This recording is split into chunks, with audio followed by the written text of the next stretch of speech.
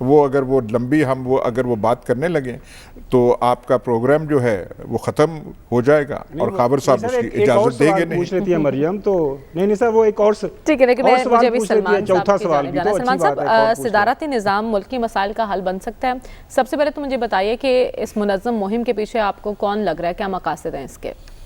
دیکھیں ہے تو یہ بے وقت کی راگنی ہے, اور جہاں تک پریزیڈنشل سسٹم یا پارلیمنٹری سسٹم کی بات ہے تو دنیا کے اندر یہ دونوں سسٹم جاری موجود ہیں, دونوں جمہوری ہیں, لیکن آئین پاکستان کے اندر پارلیمانی نظام حکومت کی گنجائش ہے, اس میں پریزیڈنشل سسٹم کی کوئی گنجائش نہیں ہے.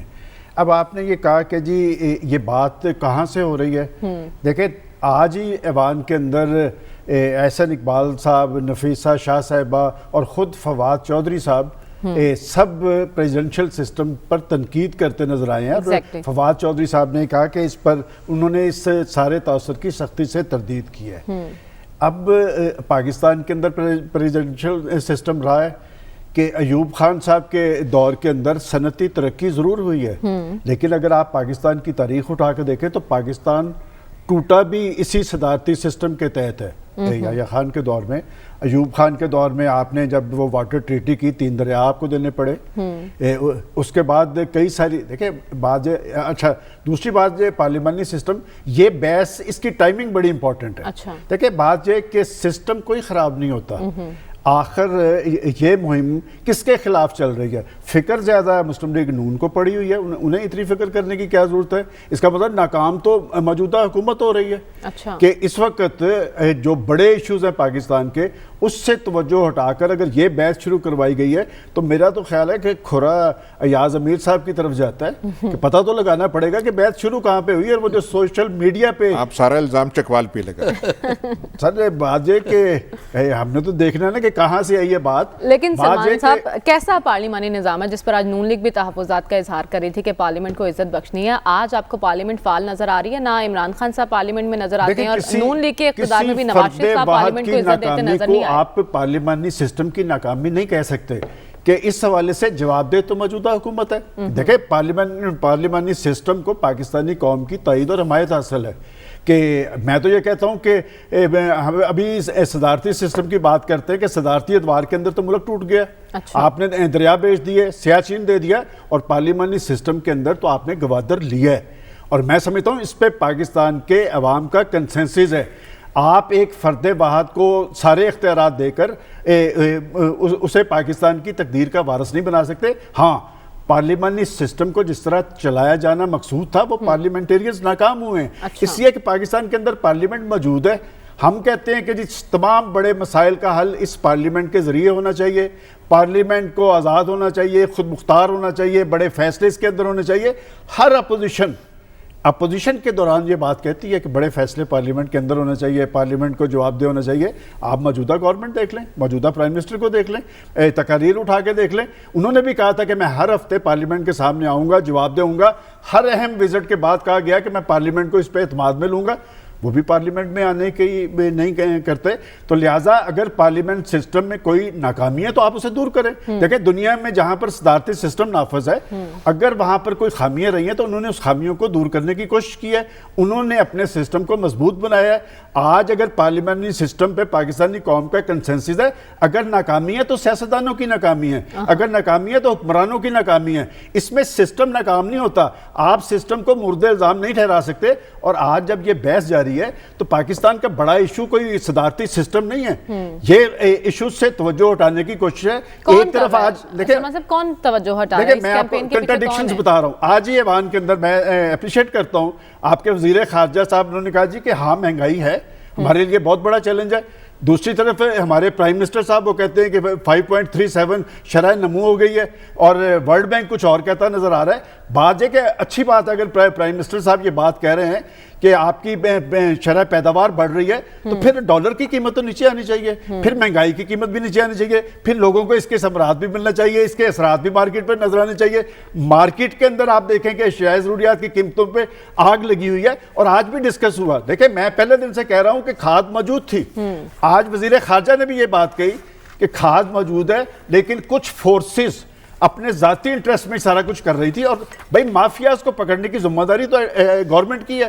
گورنمنٹ کون ہے؟ گورنمنٹ آپ ہیں کہ آپ کہتے رہے کہ جی کھاد آپ کے گوداموں کے اندر موجود ہے, کاشتکار کو دونوں ہاتھوں سے لوٹا جاتا رہا. آپ سارا کچھ اعتراف بھی کر رہے ہیں لیکن آپ ذمہ داری بھی نہیں ٹھہرا پا رہے.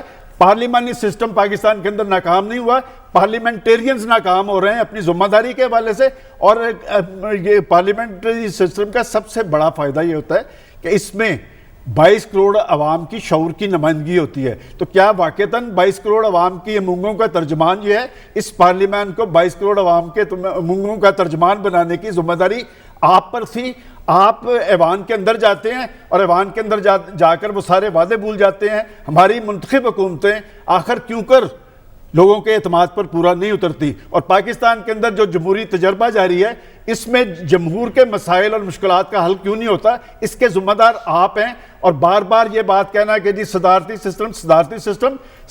سسٹم کے حوالے سے, پارلیمانی سسٹم کے حوالے سے پاکستان کے تمام اہل سیاست کا کنسنسس ہے یہ 22 کروڑ عوام کی امنگوں کا ترجمان ہے. صدارتی سسٹم کا کھرا ایاز امیر صاحب کی طرف جاتا ہے. ٹھیک ہے, لیکن ڈاکٹر صاحب کیا آپ بھی نظام کی تبدیلی کی بحث کی ذمہ دار اس حکومت کو قرار دیں گے کہ انہوں نے اچھی کارکردگی نہیں دکھائی, ناکام رہے کارکردگی دکھانے میں, اس لیے سسٹم کی تبدیلی کی بات ہو رہی ہے؟ کیوں یہ بحث چھڑ گئی ہے؟ ہم بھی آج یہ ڈسکس کر رہے ہیں. دیکھیے, کوئی پریشان ہونے کی ضرورت نہیں ہے کیونکہ یہ بحث آپ کو اس وقت بھی ملتی ہے جب پہلا آئین پاکستان کا کانسٹیٹیوئنٹ اسمبلی میں ڈیبیٹ ہو رہا تھا. 1950s کی میں بات کر رہا ہوں. اچھا. اور اس کے بعد یہ ایوب خان کا دور آیا, ظاہر ہے پھر پریزیڈنشل سسٹم کی طرف گئے, اور یہ باتیں چلتی رہتی ہیں, کوئی ایسا نئی چیز نہیں ہے یہ.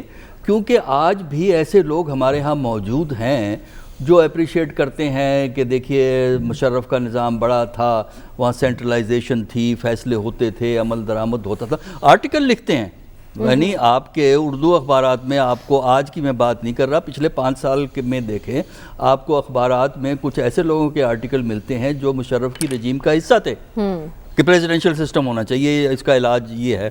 دیکھیے بات یہ ہے کہ جو پاکستان میں اس وقت مسائل ہیں, حکومت کی جو مشکلات ہیں, اس بات کی گارنٹی آپ نہیں دے سکتے کہ اگر ہم اس کو پریزیڈنشل سسٹم میں چینج کر دیں تو وہ مسئلے حل ہو جائیں گے. اچھا. اور دنیا کا تجربہ ہمیں یہ بتاتا ہے کہ دنیا میں پریزیڈنشل سسٹم کامیاب بھی ہوئے ہیں, پریزیڈنشل سسٹم ناکام بھی ہوئے ہیں. اسی طرح پارلیمنٹری سسٹم کی کامیابی کی مثالیں بھی موجود ہیں, ناکامی کی مثالیں بھی موجود ہیں. کیا مورل آف دی سٹوری ہے؟ مورل آف دی سٹوری یہ ہے کہ نظام خود مسائل حل نہیں کرتا. نظام آپ کو طریقہ بتاتا ہے, نظام آپ کو راستہ بتاتا ہے, اور اگر اس پہ آپ عمل نہیں کریں گے, اگر وہ انسان جنہوں نے یہ نظام چلانا ہے ان کی نیت میں خلل ہے, ان کی سوچ محدود ہے, ان کی فکر میں فقدان ہے, تو آپ ان کو کوئی بھی نظام دے دیجئے, اس کا حشر وہی ہوگا جو پاکستان میں اس وقت ہو رہا ہے. دوسرا آپ کو یہ سمجھنا ضروری ہے کہ پریزیڈنشل سسٹم بڑا اچھا ہوتا ہے کیونکہ جو بھی ہیڈ آف گورنمنٹ ہوتا ہے اس کے ہاتھ مضبوط ہوتے ہیں, اس کی چوائس کھلی ہوتی ہے, سینٹرلائزیشن آف پاور اور یونٹی آف کمانڈ, یہ ٹرمیں استعمال ہوتی ہیں جو کہ ہمارے ہاں مشرف کے دور کے, یہ ضیاء الحق کے دور پہ ہوئی.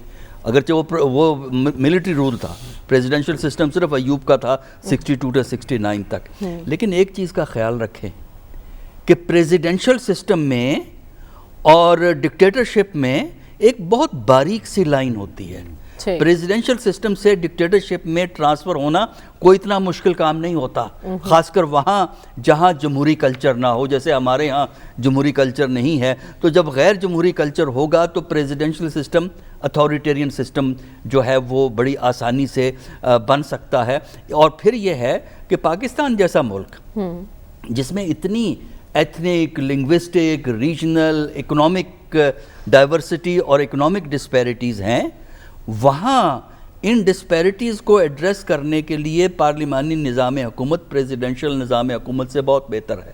اچھا. جہاں اتنی ڈائیورسٹی نہ ہو وہاں آپ پریزیڈنشل سسٹم کو چلا سکتے ہیں, ورنہ آپ اس میں الجھ کے رہ جاتے ہیں. پھر یہ ہے کہ پاکستان کا اپنا ایک تجربہ ہے, 62 سے 69 کا جو نظام ہے اس میں کہا جاتا ہے جی کہ بڑی کامیابی ہوئی, انڈسٹریلائزیشن ہوئی اس دور کے اندر, لیکن اس کے فیکٹر یہ نہیں تھے کہ پریزیڈنشل سسٹم تھا، اس کے فیکٹر انٹرنیشنل فیکٹرز تھے، ڈومیسٹک فیکٹرز تھے. آپ مجھے یہ بتائیے کہ جو پاکستان نے ترقی کی تھی وہ 1965 وار کے بعد اڑ کہاں گئی؟ دیکھیں نا، مطلب یہ ہوا کہ آپ نے ایک ایسا فیصلہ کیا جس کی وجہ سے اس کے بعد اس مومنٹم کو آپ بلڈ نہیں کر سکے، اس مومنٹم کو آپ ریٹین نہیں کر سکے جو وہ کی. پھر ایک اور آخری بات کہ آپ موجودہ آئین جس پہ کنسنسس ہے اس آئین سے کھیلنے کی کوشش نہ کریں، کیونکہ اگر آئین یہ ادھر ادھر ہو جاتا ہے تو دوبارہ آئین بنانا پاکستان میں اتنا آسان کام نہیں ہوگا. پھر یہ ہے کہ موجودہ آئین کے حوالے سے آپ اس نظام کو نہیں لا سکیں گے، کیونکہ basic structure of the system آپ چیلنج کر رہے ہیں. صرف ایک ہی راستہ ہے جو مشرف نے استعمال کیا تھا اکتوبر 2007 میں، اور جو اس طریقے کا حشر ہوا ہے پاکستان کے اندر وہ آپ نے دیکھ لیا ہے. لہذا میرا خیال یہ ہے کہ اگر ہمارے لیڈران کرام اور جو ادارے مل کے کچھ لوگوں کی فلاح کی طرف توجہ دیں، اور ان کی جو سوچ ہے، جو ہماری نیشنل پرائیورٹیز ہیں عملی صورت میں، اس کو اگر آپ بہتر کر دیں تو پاکستان کے حالات بہتر ہو سکتے ہیں. پرابلم ہماری یہ ہے کہ ہم تقریریں کرتے ہیں، انصاف ہونا چاہیے، سوشل جسٹس ہونی چاہیے، ایکویلٹی ہونی چاہیے، اور یہ ہونا چاہیے، وہ ہونا چاہیے، لیکن جب عمل کا وقت آتا ہے تو پھر بیٹھ کے ہمارے جو عمل کرنے والے ہیں وہ بیٹھ کے ڈگڈگیاں بجاتے ہیں. تو لہٰذا جب تک آپ تھیوری اینڈ پریکٹس میں فرق کم نہیں کرتے، چاہے وہ پریزیڈنشل سسٹم ہے چاہے وہ پارلیمانی سسٹم ہے، وہ سسٹم انہی مشکلات کا شکار ہوگا جن مشکلات کا شکار آج ہماری حکومت ہے. ٹھیک ہے، تو خاور زمینی حقائق بتا دیجئے، یہ ڈگڈگی کون بجا رہا ہے صدارتی نظام کی؟ نئے فارمولے، سسٹم میں تبدیلی کی باتیں کہاں سے ہو رہی ہیں؟ اسلام آباد سے تو نہیں ہو رہی کہیں؟ دیکھیں، تھوڑی دیر کے لیے یہ توجیہ اور یہ جو دلیل پیش کی گئی ہے وہ مان لیتے ہیں کہ تحریک انصاف کی حکومت، عمران خان کی حکومت، یا ان کو لانے والوں کا یہ جو پروجیکٹ ہے، یہ جو سیٹ اپ ہے، وہ بری طرح ناکام ہو گیا ہے، اور ایک ڈیلیبریٹ اٹیمپٹ ہے کہ اس ملک کے اندر جو ہے ایک نئی بحث شروع کی جائے اور توجہ بٹائی جائے، جس طرح ابھی آرگومنٹ پیش کیا گیا. آپ کے آئین کے اندر دو طریقے ہیں کہ آپ موجودہ جو پارلیمانی نظام جمہوریت ہے اس کو ختم کر سکتے ہیں. میں جب آپ نے یہ سوال آج رکھا تو I personally met few lawyers, Farooq Naseem sahab سے جا کے ملاقات کی.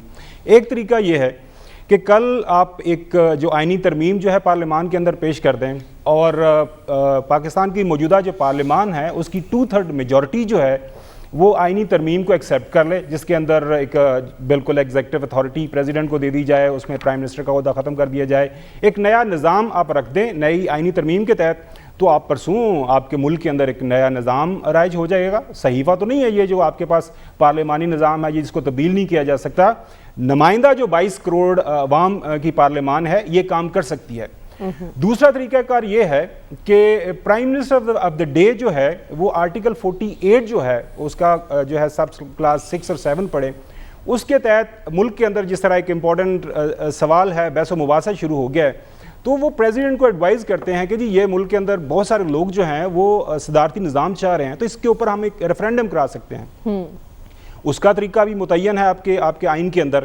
وہ جو سب کلاس 7 جو آرٹیکل 48 کا یہ کہتا ہے کہ ایک جوائنٹ سیٹنگ پارلیمان کی بلائی جائے، اس پارلیمان کے سامنے سوال رکھا جائے کہ جی اس کے اوپر ہم ریفرینڈم کرانا چاہتے ہیں. وہ جوائنٹ سیٹنگ جو ہے ایک ایکٹ آف دا پارلیمنٹ پاس کرے کہ جی ملک کے اندر ریفرینڈم کرائیں اور لوگوں کو یس اور نو کا آپشن دیں، کیا وہ ملک کے اندر صدارتی نظام چاہتے ہیں.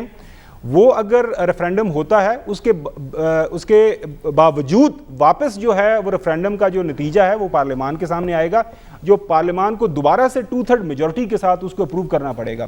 لہٰذا آن گراؤنڈ جو ہے کوئی بھی ایسا طریقہ کار موجود نہیں ہے کہ ملک کے اندر جو ہے عمران خان یا عمران خان کو لانے والے جو ہے ملک کے اندر ایک صدارتی نظام لے آئیں.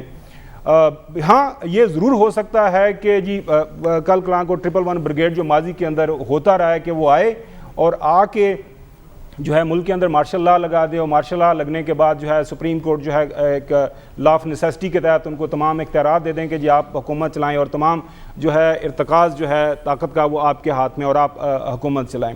ایک یہ بات ہو گئی، اور یہ کوئی اتنی اچنبے کی بات نہیں ہے. ویری ریسنٹلی 2017 کے اندر ایک پارلیمانی نظام جمہوریت تھا ٹرکی کے اندر، وہ پرائم منسٹر تھے اردوغان صاحب.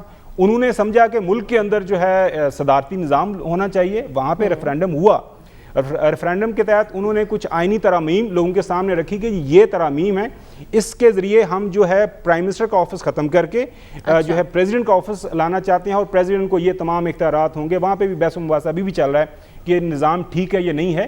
لہٰذا اسلام آباد کے حلقوں میں اس وقت کیا سوچ پروان چڑھ رہی ہے؟ کون سا سسٹم بہتر ہے ہمارے لیے؟ دیکھیں، ایک تو یہ ہے کہ سوچنے سے یا خواہشات کے اظہار سے تو کوئی فرق نہیں پڑتا کہ جی کوئی سوچ رہا ہے یا نہیں سوچ رہا. اگر آپ نے اپنی سوچ کو عملی جامہ پہنانا ہے تو اس کے لیے کوئی طریقہ کار ہے. عمران خان اگر سوچتا ہے یا عمران خان کے جو وہ پھٹے والے جو کہا جاتا ہے مبینہ طور پر وہ سوچ رہے ہیں تو اس کا کوئی طریقہ کار ہے نا. آپ کے ملک کے اندر ایک سپریم کورٹ موجود ہے، آپ کی جو اس وقت ملک کے اندر پارلیمانی پارٹیز موجود ہیں، آپ کے ملک کے اندر ایک سسٹم چل رہا ہے، تو آپ اس کو کیسے تہس نہس کر کے اس کو ٹاپل کر کے ایک نیا نظام لے کے آ سکتے ہیں؟ کوئی طریقہ کار موجود نہیں. باقی آ جاتے ہیں کہ نظام سے نفرت جو ہے، نظام کے حوالے سے جو سوشل میڈیا کے اوپر لوگ پریشان ہیں یا لوگ اپنا ایکسپریس کرتے ہیں کہ موجودہ نظام ڈیلیور نہیں کر رہا. کمال کرتی ہیں آپ کے ملک کے اندر آلریڈی چاروں صوبوں کے اندر جو ہے اس وقت صدارتی نظام ہی چل رہے ہیں. چاروں صوبوں کے جو ہمارے محترم چیف منسٹر صاحبان ہیں، ان کو آئین کا جو آرٹیکل یہ کہتا ہے 41A یہ کہتا ہے کہ آپ ملک کے اندر اپنے جو ہے ضلعوں کے اندر اختیارات دیں، بلدیاتی انتخابات کروائیں اور وہ آپ ڈیوالو کریں. کیا آپ کو پاکستان کے اندر کوئی سیاسی جماعت، کوئی چیف منسٹر اس بات کے اوپر راضی ہو رہا ہے کہ وہ جا کے جناب ٹرانسفر کریں؟ تو میرے خیال میں یہ ایکسپریشن مختلف اوقات میں آتا رہتا ہے.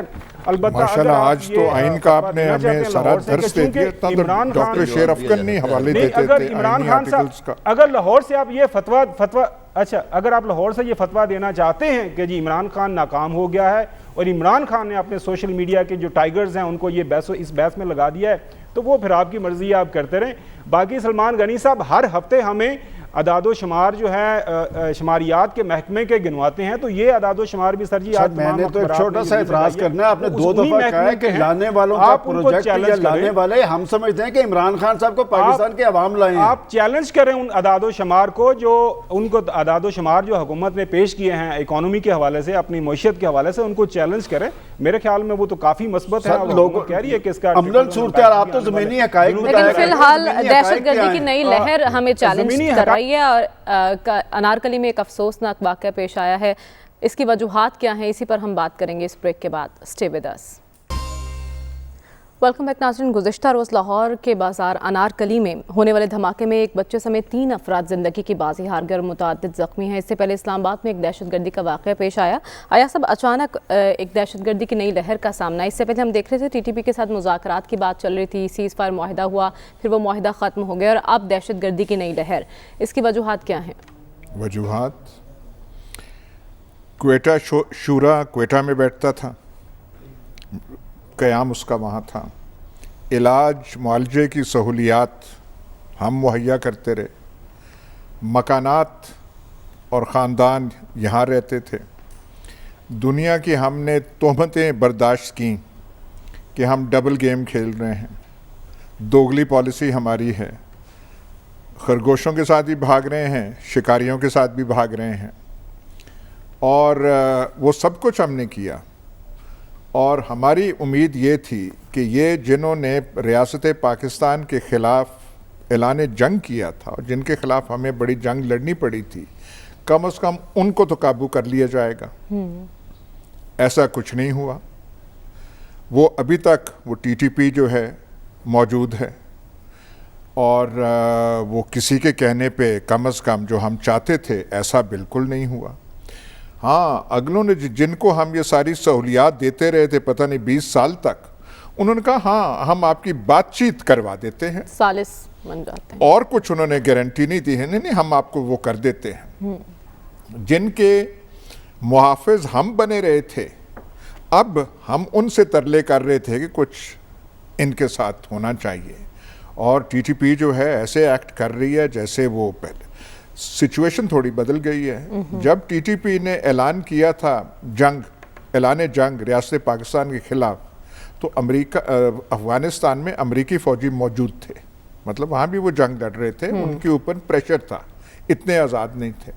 اب تو وہ پریشر جا چکا ہے، امریکیوں کا کوئی نہیں رہا، اور اب تو پورا کا پورا ہنٹرلینڈ، وہ جو اسٹریٹجک ڈیپتھ ہے افغانستان کی، وہ ٹی ٹی پی کے لیے موجود ہے. وہ یہاں سے کچھ کریں اور پھر وہاں جائیں، ان کے خلاف تو کوئی ایکشن نہیں ہو رہا.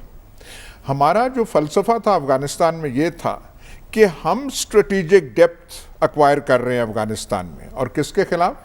ہندوستان کے خلاف. وہ تو ہمیں ملی نہیں، البتہ ٹی ٹی پی کو اسٹریٹجک ڈیپتھ وہاں پہ مل گئی ہے، اور وہ جو ہے وہ راضی نہیں. وہ تو ان کے ڈیمانڈز ایسے ہیں، قبائلی علاقے جو ہیں وہ پاکستان سے ہٹ جائیں، وہاں پہ ہماری اسلامی ریاست قائم ہو. باڑ کے وہ سخت مخالف ہیں، خلاف ہیں. اور وہ جب طالبان نے جب وہ باڑ جو ہے کا عمل روکنے کی کوشش کی، اس کے بعد کوئی خبریں نہیں ہیں کہ باڑ پھر لگائی جا رہی ہے یا نہیں لگائی جا رہی. تو پوچھنا تو ہمیں اپنے کن سے پوچھیں، کیا نام لیں، عاملوں سے پوچھنا چاہیے کہ یہ 40 سالہ پالیسی جو ہے، جو افغانستان کا سارا بوجھ آپ نے، جہاد کا سارا بوجھ آپ نے کیا، اور ہماری جو قوتیں اندرونی یہاں تھی اکسا کے جتھے وہاں جاتے رہے، اس سے ہمیں حاصل کیا ہوا؟ لیکن D G I S P R نے پریس بریفنگ میں بتایا تھا کہ باڑ کا کام مکمل طور پر جاری و ساری اور یہ مکمل ہو کر رہے گا. لیکن سلمان صاحب، ہم دیکھ رہے ہیں باڑ کا کام بھی جاری ہے، طالبان کی حکومت افغانستان میں آ چکی ہے. کیا اب بھی ٹی ٹی پی کے لیے افغان سرزمین محفوظ پناہ گاہ ہے؟ دیکھیں، جہاں تک دہشت گردی کے رجحان اور اس کے سردباب کے لیے پاکستان کے اقدامات کا تعلق ہے، تو دہشت گردی اور شدت پسندی جن انتہاؤں پہ تھی، اب وہ رجحان اس طرح تو نہیں ہے، اور خاص طور پہ ہمارے شہر جو ہے بڑی حد تک اس سے محفوظ تھے. اب بات یہ کہ یکدم یہ جو ایک نیا سلسلہ شروع ہوا ہے، ایک تو وہ جو تنظیمیں ہیں جو پاکستان کے قانون پہ اثر انداز ہونے کی کوشش کر رہی ہیں، تو یہ کوئی خاص پیغام ہے. اور بات یہ کہ پاکستان ایک مضبوط، مؤثر اور نیوکلیئر ملک ہے، اور یہ کام جو ہے یہ پاکستان کے سیکورٹی اداروں کا اور پاکستان کے جو امن و امان کے ذمہ دار ادارے ہیں ان کے لیے ایک چیلنج ہے. اسلام آباد کا واقعہ ہوا تو وزیر داخلہ صاحب کا کہنا ہے کہ اس میں ٹی ٹی پی کا عنصر انوالو ہے. لاہور کا واقعہ ہوا تو ایک حکومتی ذمہ دار، میں کل ان کو سن رہا تھا کہ 2 تنظیموں کا مرجر ہوا ہے، بی ایل اے کا اور بی این اے کا، اور ایک نئی تنظیم وجود میں آئی ہے اور انہوں نے یہ کارروائی ڈالی ہے. دیکھیں، بات یہ کہ میں پہلے روز سے جب وہ ٹی ٹی پی سے بھی ایک مذاکراتی سلسلہ جاری تھا کہ جو لوگ پاکستان کی رٹ پر اثر انداز ہونے کی کوشش کرتے ہیں ان کے لیے کوئی رو رعایت نہیں ہے. اور آپ کو یاد ہوگا میں نے کہا تھا کہ یہ کبھی کامیاب نہیں ہوں گے، لاتوں کے بھوت باتوں سے ماننے والے نہیں ہیں. ہمارے دہشت گردی کی جنگ میں ہم نے بڑی مالی اور جانی قربانیاں دی ہیں. اور جہاں تک افغانستان کی بات کی جا رہی ہے تو افغانستان کے اندر جب وہ اشرف غنی کی حکومت تھی اور انڈیا کا اثر و رسوخ تھا، آج وہ صورتحال پاکستان میں تو نہیں جس طرح کی کارروائیاں ہو رہی تھیں.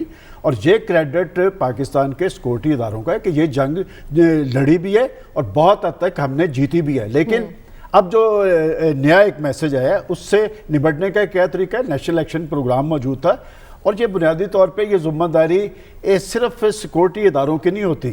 اس میں جو اگر 20-22 نکات ہے تو اس میں 17 نکات کا تعلق تو سویلین اداروں کے ساتھ ہے، میڈیا کے ساتھ ہے، اور بہت ساری چیزیں کرنی تھی. اور میں ہمیشہ کہتا ہوں کہ اس طرح کی صورتحال میں بہت حد تک ذمہ داری اپنے لوگوں کی ہے، معاشرے کی بھی ہے. کہ بات یہ کہ جس طرح کے ادارے جس جگہ کا انہوں نے انتخاب کیا ہے اور جتنا بارود انہوں نے استعمال کیا ہے، یہ ایکچول انہوں نے ایک پیغام دینے کی کوشش کی ہے. ہم کس حد تک الرٹ ہے، کس حد تک ہم سدباب کرنے میں کامیاب ہوتے ہیں. دیکھیں، جب تک ہم اپنے اداروں کو اپنے اصل مقاصد تک بروئے کار نہیں لائیں گے، پولیس کی بات ہے، یہ سارے دیکھیں شہروں کے اندر ذمہ داری کس کی ہے؟ پولیس کی. اور کیا ہم پولیس کا مورال بحال کرنے میں کامیاب رہے ہیں؟ دیکھیں، پولیس والے ہمارے بھائی ہیں، ہمارے بیٹے ہیں، انہوں نے ہی فیس کرنا ہے. کیا ہم پولیس کو ہر طرح سے مسلح کر سکے ہیں؟ کیا ہم نے ان کا جو مورال ڈاؤن ہوا تھا وہ بحال کیا ہے؟ یہ لڑائی لڑنی ہے، یہ صرف فورسز نے نہیں لڑنی، یہ میڈیا نے بھی لڑنی ہے، معاشرے نے بھی لڑنی ہے. اور جس طرح بہت حد تک ہم نے اس میں کامیابی حاصل کی ہے، کامیابی ملے گی، لیکن اس کے لیے ایک ول کی ضرورت ہے، ایک ارادے کی ضرورت ہے. اور پاکستان کے میں ہمیشہ کہتا ہوں کہ جی جو بنیادی کام ہوتا ہے وہ لیڈرشپ کا ہوتا ہے، کہ لیڈرشپ نے قوم کو تیار کرنا ہوتا ہے. اور دہشت گردی ایک وقت تھا، مجھے یاد ہے کہ کوئی ایک دن ایسا نہیں جاتا تھا جب پاکستان کے اندر دہشت گردی کا کوئی بڑا واقعہ نہ ہوتا ہو، بم دھماکہ. اب وہ صورتحال تو نہیں ہے، اور اس پہ تو کامیابی کی پاکستان کی سیکورٹی فورسز نے، پاکستان کی حکومتوں نے، پاکستان کے اداروں نے. تو لہٰذا اس صورتحال پہ سد باب کرنے کے لیے ضروری ہے کہ یکسوئی اختیار کی جائے، سنجیدگی اختیار کی جائے، اور پاکستان کی فورسز کے پیچھے قوم کی تھپکی ہونی چاہیے. فورسز وہی ہمیشہ کامیاب ہوتی ہیں جس کے پیچھے قوم کھڑی ہوتی ہے. دہشت گردی کی جنگ ہماری جنگ ہے، یہ پاکستان کی جنگ ہے. ہم نے بہت حد تک اس میں کامیابی حاصل کی ہے، کامیابی حاصل ہو سکتی ہے، لیکن اپنی فورسز کے پیچھے کھڑے ہونا پڑے. لیکن اپوزیشن خاصی تنقید کر رہی ہے ڈاکٹر صاحب پنجاب حکومت پر کہ وہ دہشت گردی کو روکنے میں ناکام رہی ہے. دسمبر میں 2 تھریٹس الرٹ بھی تھے اور اس پر لا اینڈ آرڈر کی میٹنگ بھی ہوئی تھی، اور اس میٹنگ میں ڈسکس کیا ہوا تھا کہ اپوزیشن کو لانگ مارچ کو آپ نے کس طرح سے ٹیکل کرنا ہے، کس طرح سے روکنا ہے. تو یہ آپ سنجیدگی دیکھ رہے ہیں ہمارے اداروں کی؟ جو اپوزیشن ہے اس کی تنقید پہ تو کوئی حیرانی نہیں ہونی چاہیے، کیونکہ اپوزیشن تو یہی کام کرتی ہے کہ وہ تنقید کرے گی. بم چلے گا تب بھی تنقید ہوگی، نہیں چلے گا تب بھی تنقید ہوگی. اگر آپ نے اس قسم کے چیلنج کو میٹ کرنا ہے تو جب تک یہ تمام پارٹیاں گروپس مل کے ایک دوسرے سے تعاون نہیں کریں گی، وہ اس قسم کے چیلنج کو آپ میٹ نہیں کر سکتے. دیکھیے پاکستان میں ٹیررزم جو کبھی 2014 میں تھا، 15 میں تھا، وہ بڑی حد تک کنٹرول میں ہے. صرف آپ کہہ سکتے ہیں کہ 15 سے 20% ٹیررزم موجود ہے پاکستان کے اندر، باقی کنٹین ہو گیا ہے. اس میں دیکھیے مسئلہ یہ ہوتا ہے کہ چونکہ اس ٹیررزم کی روٹس ہماری سوسائٹی کے اندر ہیں، اس کی وجہ سے جب پریشر پڑتا ہے، جیسا کہ پریشر 2014 سے 2017 تک ضرب عضب چلتا رہا، اس کے بعد رد الفساد پاکستان میں شروع ہوا، تو اس کی وجہ سے بہت سے جو گروپس ہوتے ہیں وہ انڈر گراؤنڈ چلے جاتے ہیں. ان کو ہم سلیپر سیل کے طور پہ وہ خاموش ہو کے بیٹھے رہتے ہیں، اور جب کبھی موقع ملتا ہے تو پھر وہ اس قسم کی کارروائی کرتے ہیں اپنی پریزنس دکھانے کے لیے. اس وقت صورتحال یہ ہے کہ پاکستان کا خیال یہ تھا کہ افغانستان میں ایک ایسی حکومت آئی ہے جس کے تعلقات پاکستان کے ساتھ اچھے ہیں، لہٰذا وہ ٹی ٹی پی جو افغانستان میں بیٹھی ہے اس کو کنٹرول کرنے میں مدد ملے گی. لیکن ایسا نہیں ہوا اور نہ ہی ایسا ہونے کا امکان ہے، کیونکہ ٹی ٹی پی کا ایک خاص ریلیشن شپ ہے افغان طالبان تحریک کے ساتھ. یہی وجہ ہے کہ افغانستان کی جو طالبان کی تحریک ہے وہ ان کو اپنے علاقے سے نہیں نکالے گی. اس لیے پاکستان حکومت کو سب سے پہلے تو یہاں پہ انٹیلیجنس نیٹ ورک کو مزید مضبوط کرنا ضروری ہے، تاکہ آپ کو جو یہاں جو ان کے سپورٹ سسٹم ہے، ان کا جو ان کے سلیپر سیل ہیں، وہ جو ان سے ہمدردیاں رکھتے ہیں وہ کون لوگ ہیں، ان کو آئیڈینٹیفائی کریں اور ان کو آپ ٹریک کریں. دوسرا یہ ہے کہ جو لنکس ہیں افغانستان اور پاکستان کے درمیان ٹیررسٹ گروپس کے، وہ لنکس کس طرح آپریٹ کرتے ہیں. ہماری انٹیلیجنس ایجنسیز کو ایک حد تک پتہ ہوتا ہے، مکمل تو نہ شاید پتہ ہو لیکن بڑی حد تک ان کو پتہ ہوتا ہے کہ یہ آپریٹ کس طرح کرتے ہیں. جو پاکستان افغانستان بارڈر ہے، تو جو فینس کی بات ہو رہی ہے، اگر آپ اس کے اوریجنل پلان کو دیکھیں تو وہ اب تک مکمل ہو جانا چاہیے تھا. اچھا، پھر ایک اور ہے کہ اس کے ساتھ ساتھ صرف بارڈر فینس کافی نہیں ہوتا، اس کے ساتھ آپ کو ایک مانیٹرنگ سسٹم کریٹ کرنا ہوتا ہے، جو کیا ہے پاکستان کی حکومت میں. تو سوال یہ ہے کہ اگر بارڈر بیشتر جگہ لگ گیا ہے تو پھر یہ موومنٹ کس طرح ہوتی ہے؟ جو باقی ماندہ جگہ ہیں وہاں پہ کب تک مکمل ہوگا؟ اس پہ حکومت ہماری اور سیکیورٹی ادارے خاموش ہیں. کہ ہمیں بتائیں کہ اگر اتنے پرسنٹ 94% کی اخبار میں ایک دفعہ خبر چھپی تھی، جو 6% رہ گیا ہے اس کو کتنے سال لگیں گے؟ 5 6 7 10 سال لگیں گے یا وہ 6 مہینے میں مکمل ہوگا؟ اس کے بعد پھر سوال یہ پیدا ہوتا ہے کہ یہ موومنٹ کس طرح ہوتی ہے اکراس دی بارڈر، اور پاکستان کے اندر ان کے سورسز کیا ہیں. ان کو جب تک آپ کنٹرول نہیں کریں گے. ڈاکٹر صاحب، سرحد پار سے اب بھی سپورٹ حاصل ہے ان عناصر کو؟ افغان سرزمین کی ہم بات کر رہے ہیں. جی بالکل، ٹی ٹی پی کا جو اصل بیس ہے وہ تو افغانستان ہی ہے نا، وہاں سے وہ آپریٹ کرتے ہیں. اور لنکس جو ہے نا، دیکھیے ضروری نہیں ہے کہ بندہ فزیکلی موو کرے بارڈر کے اکراس. آلریڈی یہاں لوگ موجود ہیں جن کو آپ نے ایکٹیویٹ کرنا ہے. وہ ایکٹیویٹ میسیجز کئی طریقے سے بھیج جا سکتے ہیں. میسیج بھیجنے کی ٹیکنالوجی اتنی زیادہ ایڈوانس ہو گئی ہے، اور پھر یہ ہے کہ ہیومن میسنجرز کے ذریعے بھی پیغام جاتے ہیں. تو یہ لنکیجز موجود ہیں. اس کے لیے حکومت پاکستان کو ایک بات پہ بالکل کلیئر ہونا چاہیے کہ وہ بھول جائیں کہ کابل کی حکومت ان کی اس سلسلے میں کوئی مدد کرے گی، کوئی واضح مدد کر سکے گی. باتیں کرے گی لیکن واضح مدد نہیں کر سکتے، اس لیے کہ وہ ان کے آبجیکٹیوز کو شیئر کرتے ہیں.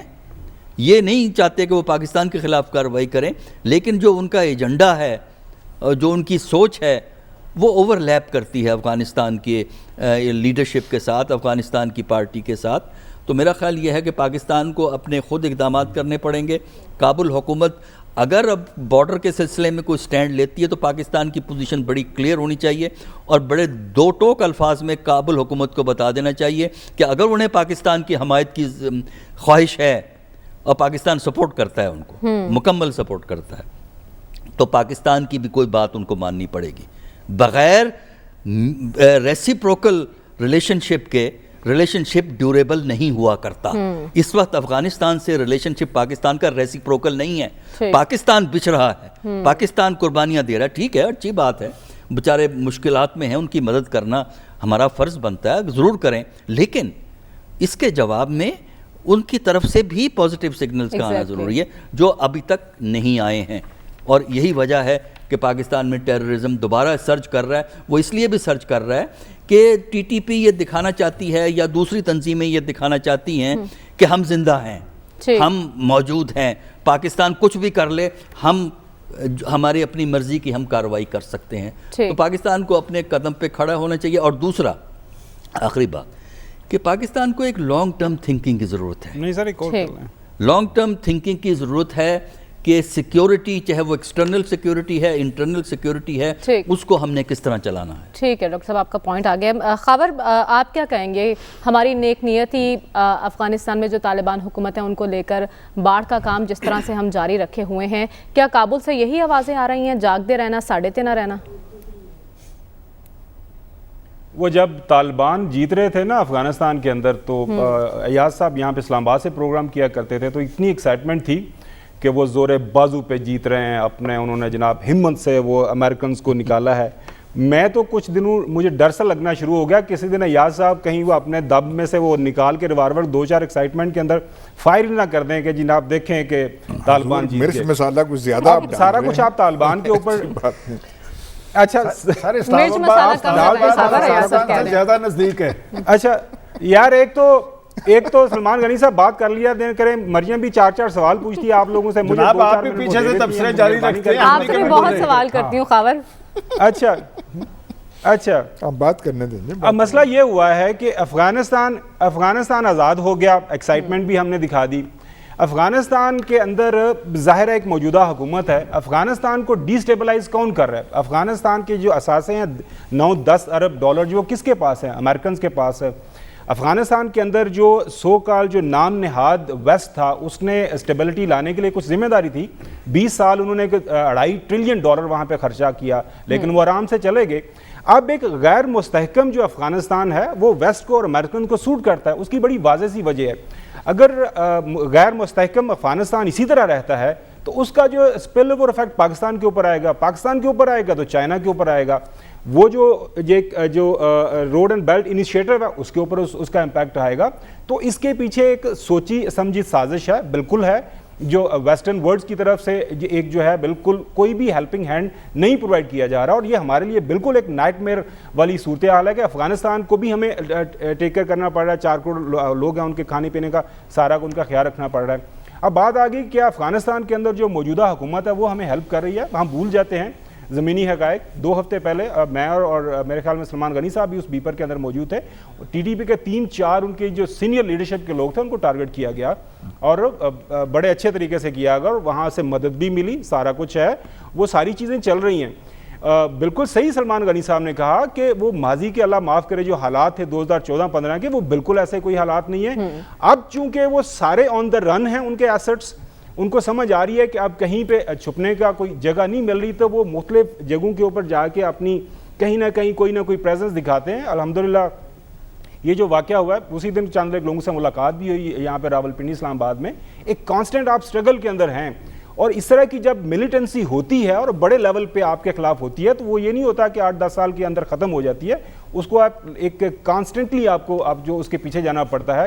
آپ نے فاٹا ریجن کا انضمام کر لیا, وہاں پہ ڈیولپمنٹ کر رہے ہیں, تو آہستہ آہستہ چیزیں میرے خیال میں بہتری کی طرف جا رہی ہیں. جو سوال ہے آپ کا باڑھ کے حوالے سے, پروگرام میں آنے سے پہلے بات ہوئی ہے, وہ تھوڑی سی جگہ رہ گئی ہوئی ہے, اس کے اوپر ان کی آلریڈی بات چیت چل رہی ہے اور گورنمنٹ آف پاکستان کا سٹینس بالکل کلیئر ہے کہ یہ باڑھ بالکل لگنی ہے. لیکن اگر یہ کوئی چاہ رہا ہے یا کسی کی خواہش ہے کہ ہم اگر افغانستان کے جو ان کی جو نئے لوگ آئے ہیں ان کے ساتھ وہاں پہ ہم جو ہے ایک عام کانفلکٹ میں چلے جائیں, ہمارے لیے تو کوئی مشکل نہیں ہے. الحمدللہ ہماری ویل ایکوپڈ آرمی ہے, ہمارے پاس تمام ہر طرح کا ہمارے پاس اسلحہ آلات موجود ہیں, ہمارے لیے ان کو ٹیک آن کرنا تو کوئی مسئلہ نہیں ہے بارڈر کے اوپر. لیکن یہ کوئی ٹائم نہیں ہے کہ افغانستان کے ساتھ یا موجودہ طالبان کے ساتھ وہ آلریڈی ڈفرینٹ مسائل کے اندر ہیں, اور وہاں پہ اگر ان کے کوئی ریجنل سطح کے اوپر کچھ ان کے لوگ ہیں جو کہتے ہیں کہ جی ہم اس کو ڈیوٹر لائن کو نہیں مانتے اور یہ بالکل ہمارا حصہ ہے اور یہ ہمارا جو بارڈر آگے تک جاتا ہے, تو میرے وہ افغان حکومت نے بھی اس کے اوپر بیان یہی دیا تھا. یہ کچھ سطحی سطح کے اوپر, کچھ ریجنل لیول کے اوپر یہ کچھ لوگوں کی وہ انگیجمنٹ ہے. جو موجودہ طالبان حکومت ہے اس نے ہرگز کوئی ایسا بیان نہیں دیا کہ ہمارا جو پاکستان کے ساتھ موجودہ بارڈر ہے, جو ڈیوٹر لائن ہے, ہم اس کو نہیں مانتے اور ہم اٹک تک جائیں گے یا چکوال تک تو نہیں, فتح جنگ تک جائیں گے, ایسی کوئی بات نہیں ہے.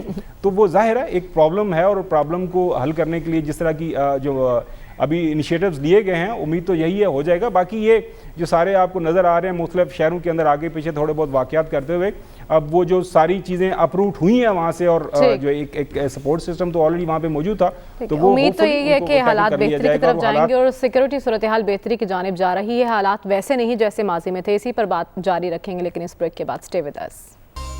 ویلکم بیک ناظرین. ہمارے پینل کی رائے کے مطابق صدارتی نظام کی بحث بے وقت کی راگنی ہے, اور جہاں تک سیکورٹی صورتحال کا سوال ہے تو یہ ذمہ داری صرف سیکورٹی اداروں کی نہیں بلکہ قوم کو متحد ہونے کی ضرورت ہے, اور حکومت اور اپوزیشن کو بھی ذمہ داری کا احساس کرنا ہوگا. تنقید کے بجائے ایک دوسرے کی اصلاح کرنے کی ضرورت ہے اور متحد ہو کر اتفاق رائے پیدا کرنے کی ضرورت ہے. آج کے پروگرام سے اجازت دیجیے, آپ سے انشاءاللہ کل ملاقات ہوگی. اللہ حافظ.